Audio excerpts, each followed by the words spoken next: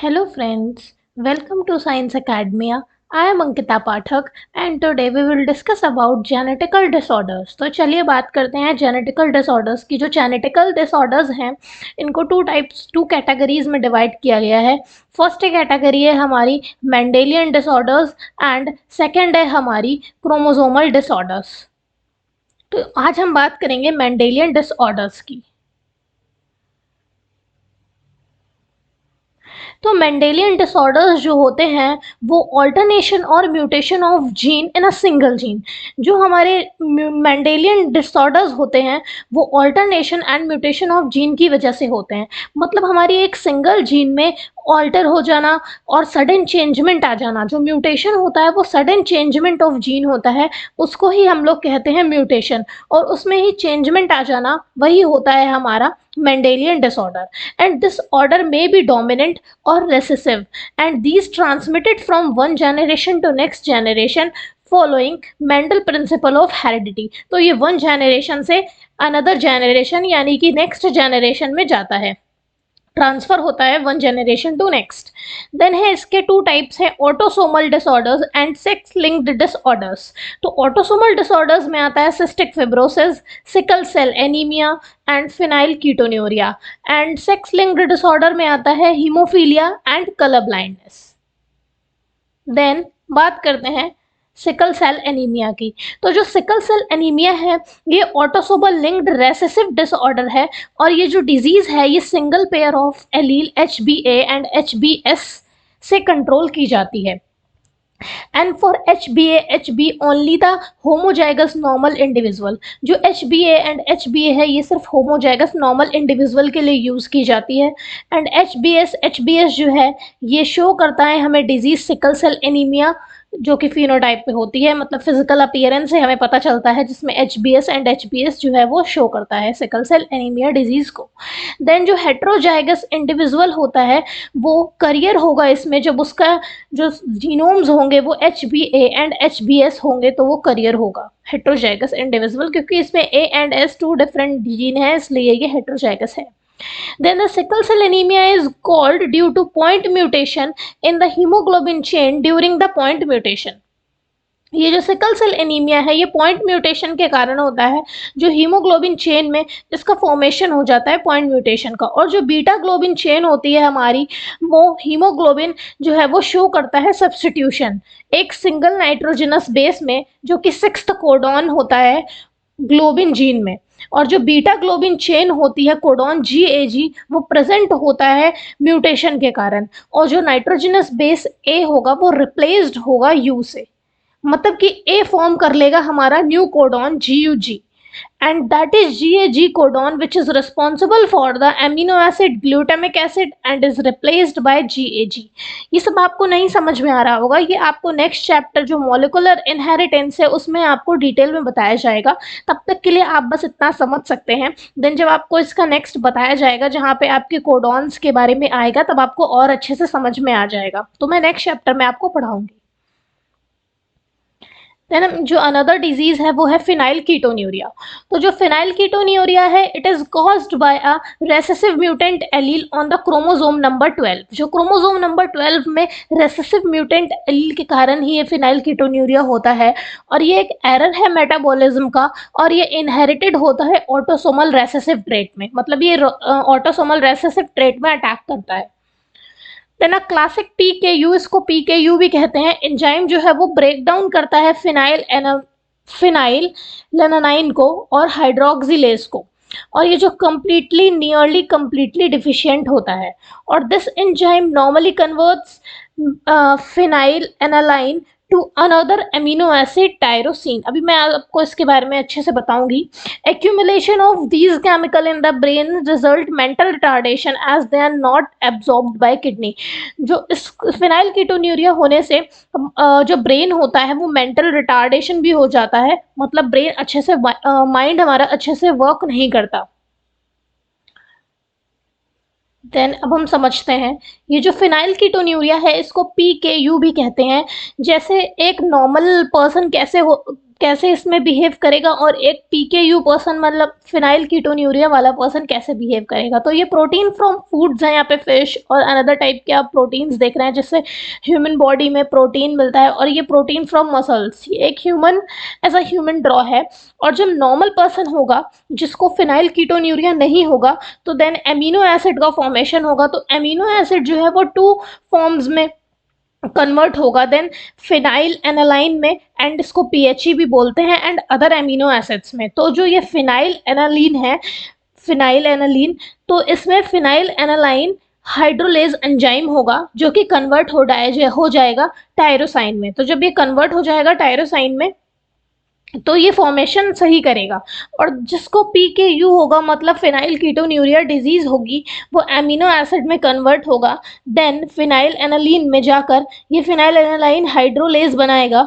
तो इसका फॉर्मेशन नहीं कर पाएगा, जो फिनाइल कीटोन्यूरिया डिजीज पर्सन होगा वो इसका फॉर्मेशन नहीं करेगा और इससे टायरोसिन का फॉर्मेशन नहीं होगा।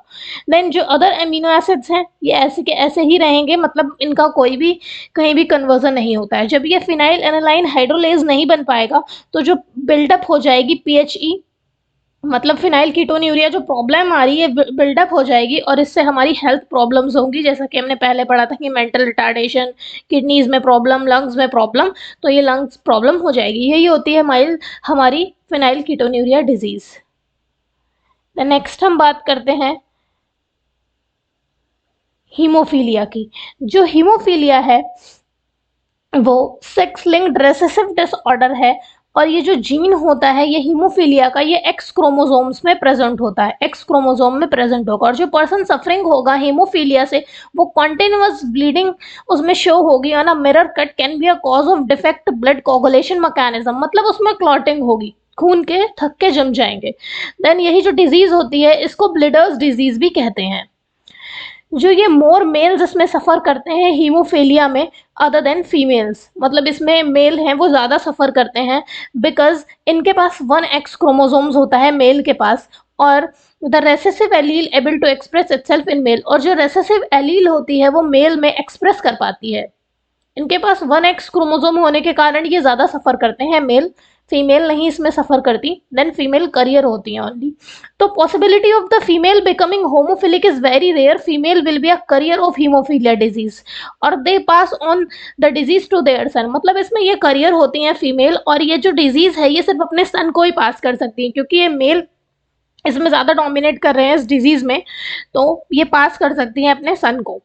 देन जो क्वीन विक्टोरिया थी वो करियर थी हीमोफीलिया डिजीज की, और उन्होंने अपनी जो डिजीज है वो अपने ऑफस्प्रिंग्स में उनके पास हुई थी, मतलब उनके बेटों में गई थी। देन ऐसे हम समझते हैं, अभी मैं आपको कलर ब्लाइंडनेस के बारे में भी बताऊंगी।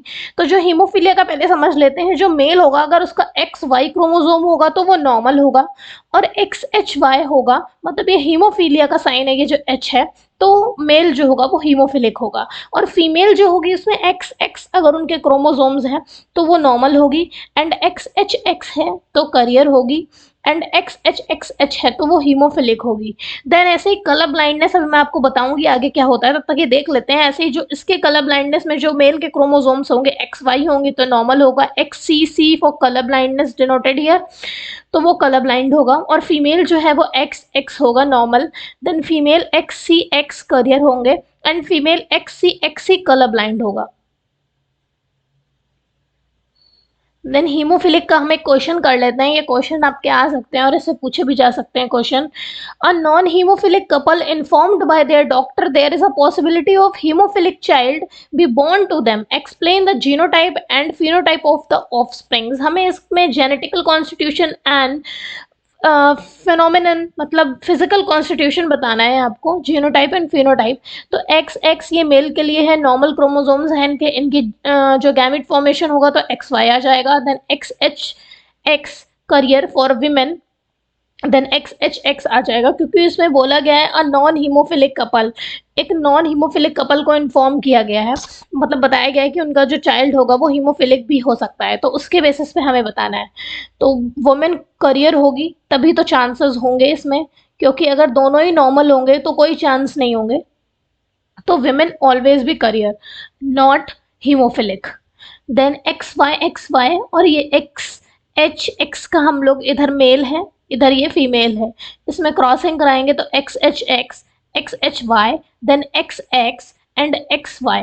तो जो रिजल्ट आएगा इसमें 50% ऑफ गर्ल्स जो होंगी वो विल बी हीमोफिलिक होंगी और रेस्ट 50% जो होंगी वो नॉर्मल होंगी, और जो 50% ऑफ बॉयज़ होंगे वो विल बी हीमोफिलिक होंगे और रेस्ट 50% जो होंगे वो नॉर्मल होंगे। तो ये हो गया हमारा क्वेश्चन मेंडेलियन का। देन हम बात करते हैं हम कलर ब्लाइंडनेस के बारे में। तो जो कलर ब्लाइंडनेस होती है वो रेड एंड ग्रीन ब्लाइंडनेस भी इसको कहते हैं, क्योंकि ये सेक्स लिंक्ड रेसेसिव डिसऑर्डर है और ये प्रोड्यूस्ड होता है due to mutation of gene, मतलब सडन चेंज हो जाता है जीन का एक्स क्रोमोसोम्स में, तो ये इसलिए होता है कलर ब्लाइंडनेस। तो जो डिफेक्ट ऑफ द जीन होता है, मतलब जो इसमें डिफेक्ट होता है वो रेड और ग्रीन कलर ऑफ आईज, जो हमारी आईज होती हैं वो ग्रीन और रेड कलर को डिस्क्रिमिनेट नहीं कर पाती हैं और इसको red and green colour of eyes disease भी बोलते हैं। तो पेशेंट जो होता है वो नॉट एबल टू डिस्क्रिमिनेट, मतलब उसको ग्रीन और रेड में अंतर नहीं समझ में आता है, वही होता है हमारा कलर ब्लाइंडनेस। तो जो ये इनहेरिटेंस पैटर्न है कलर ब्लाइंडनेस का, ये वेरी सिमिलर है हीमोफीलिया से। इसमें ऑब्जर्व्ड किया जाता है कि मतलब इसमें ऑब्जर्व किया जाता है मेल की जो प्रेजेंस होती है वो एक्स क्रोमोसोम्स में ज़्यादा होती है, इसलिए ये डोमिनेट करते हैं। और ये भी हीमोफीलिया की तरह ही है, जैसा मैंने आगे आपको पीछे क्रॉस में बताया वैसे ही ये भी डोमिनेट करते हैं और इनमें चांसेस ज़्यादा होते हैं, मतलब यही होते हैं जो आगे बढ़ावा देते हैं कलर ब्लाइंडनेस को। और जो फीमेल होती हैं वो बहुत ही रेयर होती हैं और ये करियर होती हैं, अपने पास करती हैं अपने सन को। जो फीमेल होती है वो must be colour blind in homozygous stage for recessive defective gene. जो फीमेल होंगी वो अगर कलर ब्लाइंड होंगी तो वो होमोजाइगस स्टेज में ही होंगी और रेसेसिव डिफेक्टिव जीन में। देन इसके क्रॉस की बात करते हैं हम, इसका क्वेश्चन ये a colorblind man marries a woman with normal vision whose father was colorblind. Work out a cross to show genotype of a couple and their respective sons. इसमें कहा गया है जो मेल है वो कलर ब्लाइंडनेस है और जो कलर ब्लाइंड है, और जो फीमेल है वो करियर है। बट जो फीमेल है वो करियर इसलिए है क्योंकि उसके फादर को कलर ब्लाइंड, उसके फादर जो थे वो कलर ब्लाइंड थे, इसलिए ये यहाँ पे करियर हो जाएगी। देन हम क्रॉसिंग कराएंगे कलर ब्लाइंड और करियर की।